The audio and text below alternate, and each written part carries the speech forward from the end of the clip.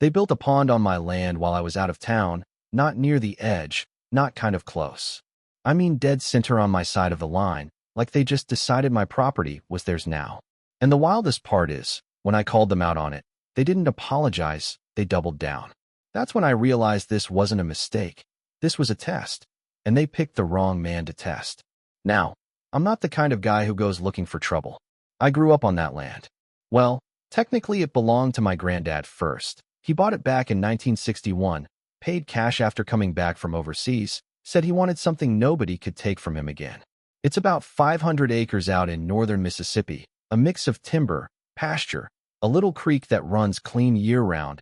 Nothing fancy, but it's honest land. You walk it long enough, you start to feel like it knows you. The boundary on the south end has always been marked by this old stone fence. Not pretty, not straight, just stacked rock that's been there longer than anyone alive can remember. My dad used to say, "That fence ain't decoration, that's history doing its job." And everybody around there respected it.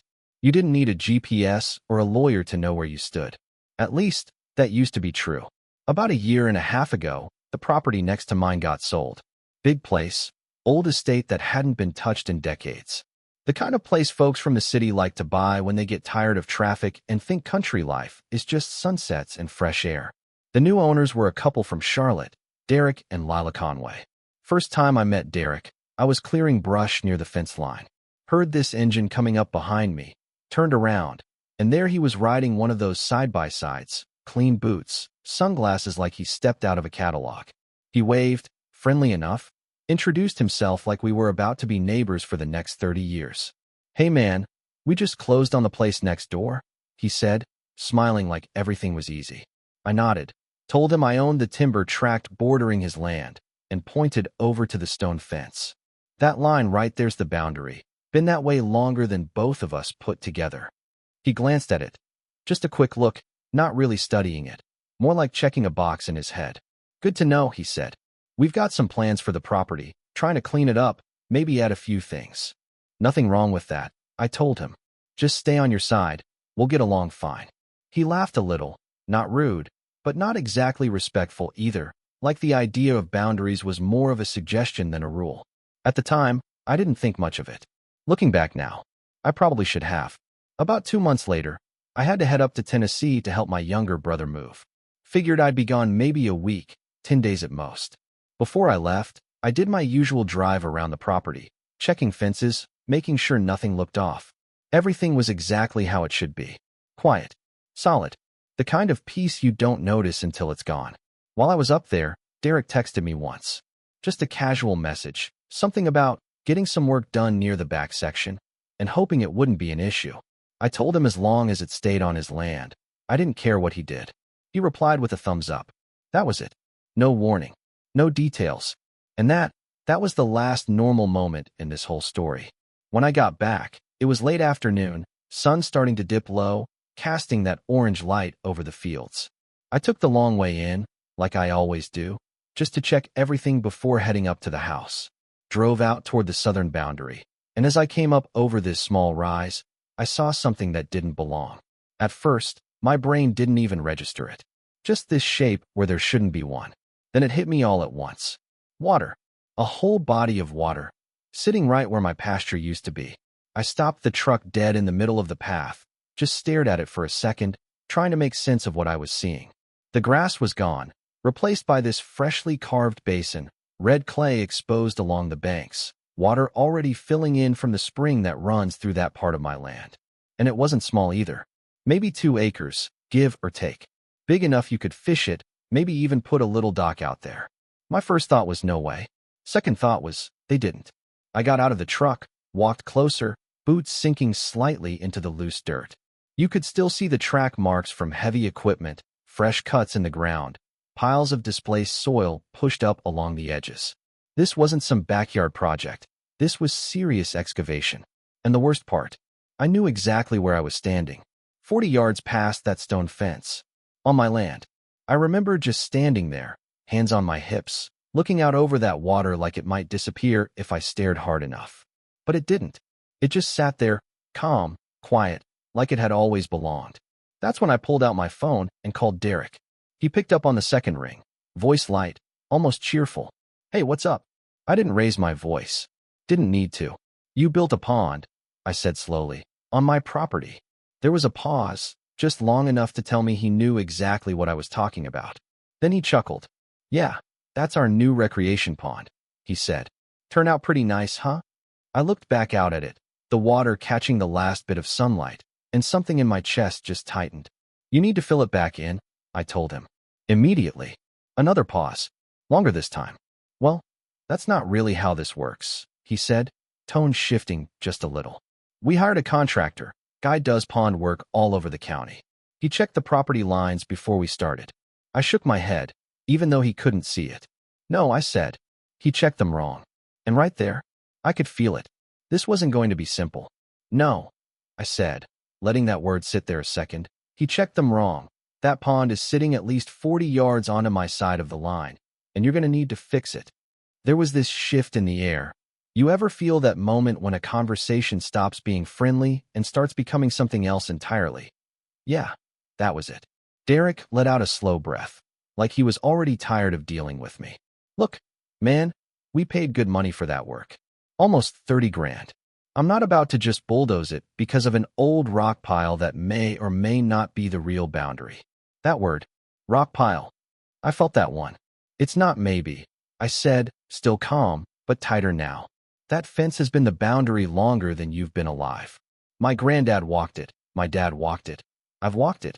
And now you're telling me your contractor knows better than 150 years of history. He didn't answer right away, and when he did, there was something sharper in his voice. All I'm saying is, we did this the right way. If there's a disagreement, we can let the lawyers figure it out. And just like that, he was done talking. Didn't argue. Didn't explain. Just stepped out of it like it wasn't his problem anymore. I hung up and stood there for a while, staring out at that water again, and I remember thinking, this isn't about a pond. This is about someone deciding they can take a piece of your life and then make you prove it's yours. So I did what my dad would have done. I called a surveyor. Now, I've worked with a guy named Harold Bennett before. Older man, been surveying land in that county for over 30 years, the kind of guy who doesn't guess. He knows. You don't call him unless you want the truth, not the convenient version. He came out 2 days later, early morning, sun barely up, carrying that same worn field bag he's probably had since the 90s. We walked the property together, starting at the stone fence, moving slow, deliberate, like we were retracing something important. Harold didn't say much at first, just took measurements, checked markers, pulled out old records he'd printed from the county archives. At one point, he crouched down near one of the original iron rods set in the ground, brushed the dirt off it with his hand, and just nodded to himself. After about 3 hours, he straightened up, looked out toward that pond, and then over at me. Well, he said, adjusting his hat, there's no gray area here. I didn't say anything, just waited. That pond, he continued, pointing with his measuring rod, is entirely on your property. Not close, not debatable entirely. I let out a breath I didn't realize I'd been holding. And the fence? I asked. He gave a small smile. That fence has been recognized as the legal boundary in every recorded deed going back over a century. Whoever told your neighbor otherwise didn't do their homework. That's when something inside me shifted from disbelief to resolve. Harold helped me put together a formal notice. Clean, professional, no emotion in it at all. Just facts. Property lines, historical records, measurements, and a clear demand. Restore the land within 18 days. We sent it certified. And for a moment, I thought maybe that would be enough. Maybe Derek would see the evidence, realize his mistake, and handle it like an adult. Yeah, that didn't happen. About a week later, I got a letter, not from Derek, but from some law firm out of Charlotte. Thick envelope, official letterhead, the whole performance. I sat at my kitchen table, opened it up, read through every line. They claimed the pond had been built based on a professional survey. Claimed there was reasonable belief the land belonged to their client. Claimed any attempt to remove the pond would be considered destruction of property.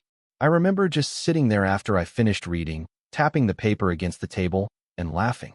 Not because it was funny, but because it told me exactly who I was dealing with. This wasn't a misunderstanding anymore. This was strategy. I called Harold back, read him parts of the letter, and he didn't even sound surprised.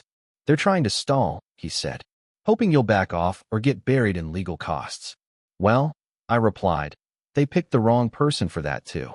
So we took the next step. Harold filed a land disturbance complaint with the county.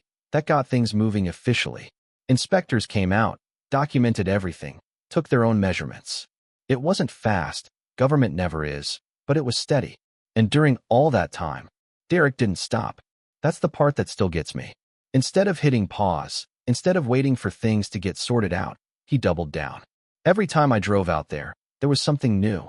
First, it was an aeration fountain, big metal thing sitting out in the middle of the pond, spraying water up like it was some kind of resort. Then came the fish, bass, bluegill. I even saw a truck out there one morning unloading them like they were stocking a private lake. And then the dock. Wooden, freshly built, stretching out over water that didn't belong to him. It wasn't just construction anymore, it was a statement. So one afternoon, I drove over there while he was outside, standing near the edge of that pond like he owned the view. I parked, got out, walked up slow, not angry, not loud, just direct. You really gonna keep building on land you know isn't yours? I asked. He didn't even turn around at first, just kept looking out over the water. My lawyer told me, he said casually, that until a judge says otherwise, I'm within my rights to continue development. I let that hang there for a second. Your lawyer also tell you what happens when you lose? I asked. That got his attention. He turned, looked at me. And there it was again, that same half smile from the first day we met. We'll see, he said. And that right there. That was the moment I knew this wasn't just about land anymore. This was about pride. Ego. Two people standing on opposite sides of a line, and only one of us was willing to pretend it didn't exist. The case took about 11 weeks to finally land in front of a judge. Felt longer, way longer, because every day I had to look at that pond and remind myself not to act too soon. Because I could have. Trust me, I thought about it. But there's a difference between being right and proving it the right way. And I wanted this settled in a way that couldn't be questioned. The hearing itself was surprisingly quick. Judge Eleanor Whitaker, no-nonsense type. Didn't waste time, didn't entertain drama. She listened, reviewed the documents, asked a few pointed questions, mostly directed at Derek's side. At one point, she flipped through the historical records Harold had provided, paused, and looked up. This stone fence, she said, has been recognized in multiple deeds spanning over 100 years. Yes, ma'am, Harold replied. She nodded slowly, then turned her attention to Derek's attorney. And your surveyor, where is that documentation? There was a pause. Not a good one. That's when I knew it was over. That pause, it said more than anything his lawyer could have come up with. You could feel it in the room. That quiet shift where one side realizes the ground under them isn't as solid as they thought. Derek's attorney shuffled some papers, cleared his throat, started talking about reasonable reliance and contractor expertise, but it sounded thin, like he was trying to build a wall out of air. Judge Whitaker didn't let it go on long. She leaned back slightly, folded her hands, and looked directly at Derek, not his lawyer, him. The boundary in this case, she said, calm and steady, is not ambiguous. It is historically documented, legally recognized, and clearly supported by physical markers on the land. She let that sink in. The pond, she continued, is entirely on the plaintiff's property. Just like that done. No drama. No hesitation. Then came the part Derek probably wasn't ready for. You have 22 days, she said, to remove the pond and restore the land to its prior condition. If you fail to do so, the landowner is authorized to carry out the restoration himself, and you will be financially responsible for all associated costs. I remember glancing over at Derek when she said that. For the first time since I'd met him, that confidence cracked a little. Not gone, but shaken. Court adjourned. That was it. No celebration, no big moment, just a quiet understanding that the line had been drawn, officially this time. Now here's the thing. I didn't want to be the one out there tearing it all down. Honestly, I would have preferred he just handled it. Took responsibility, fixed the mistake, and we both moved on. That would have been the clean ending. So I waited. Day 1, nothing. Day 5, still nothing. Day 10, the fountain's still running, dock still standing, fish probably getting comfortable. By day 15, I started to realize something. Derek wasn't going to do it. Not because he couldn't, but because he wouldn't. Pride's a funny thing. It'll cost you a lot more than money if you let it. Day 22 came and went like any other day. No trucks, no workers, no attempt at restoration. Just that pond, sitting there like a challenge. So on day 23, I made a call. There's a company out of the next county over called Red River Earthworks. Been around forever. Owner's name is Carl Dawson. Guy's been moving dirt for over 30 years, the kind of operator who doesn't rush, doesn't cut corners, and doesn't ask a lot of questions once the job's clear. I met him out on the property early that morning. Sun barely up, air still cool, that quiet before machines start talking. He stood there beside me, looking out over the pond, hands on his hips. "Well," he said, "that's a nice build, shame it's in the wrong place." "Yeah," I replied. "Let's fix that." By mid-morning, the equipment rolled in. Dozers, excavators, dump trucks, not loud or chaotic, just steady, purposeful movement. Harold was there too, documenting everything, photos, measurements, timestamps, making sure every inch of that process was accounted for. Carl climbed up into his dozer, gave me a quick nod, and then it started. That first push, I'll never forget it.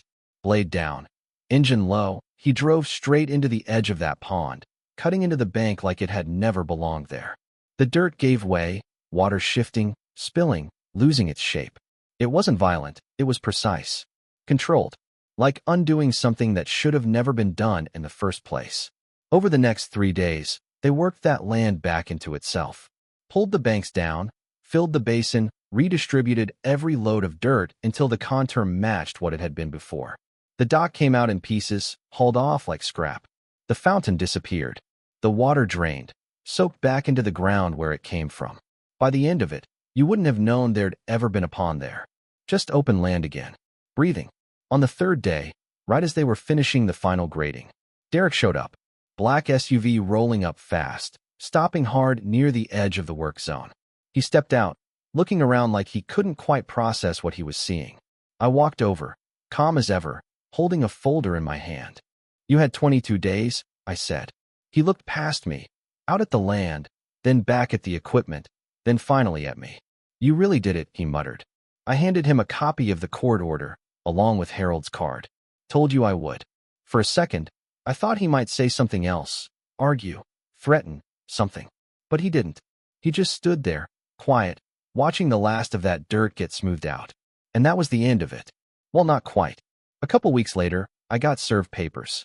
Derek tried to sue me, claimed I'd destroyed his investment, that the pond added value, that I'd acted excessively. Didn't take long for that to fall apart.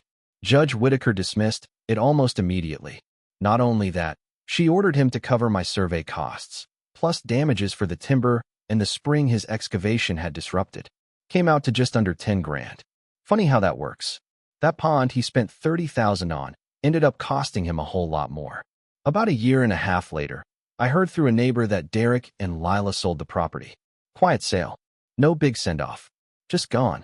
And the land next door's been quiet ever since. Sometimes I still walk that southern boundary, same as I always have. The stone fence is still there, solid, unmoved, doing its job without asking for recognition. And every time I pass that stretch where the pond used to be, I think about how close it came to staying. Not because of law, not because of truth, but because someone believed confidence was the same thing as being right. So now I'll ask you this. If you were in my position, would you have handled it the same way? Or would you have torn that pond out the second you saw it? Before the lawyers, before the court, before all the waiting? Because out here, lines matter. And not everybody respects them until you make them. If you've ever dealt with a neighbor like that, or been caught in a situation where right and wrong weren't as simple as they should have been, drop your story in the comments. I read every single one. And if you want more stories like this, real situations, real consequences, no sugarcoating, hit that subscribe button and stick around.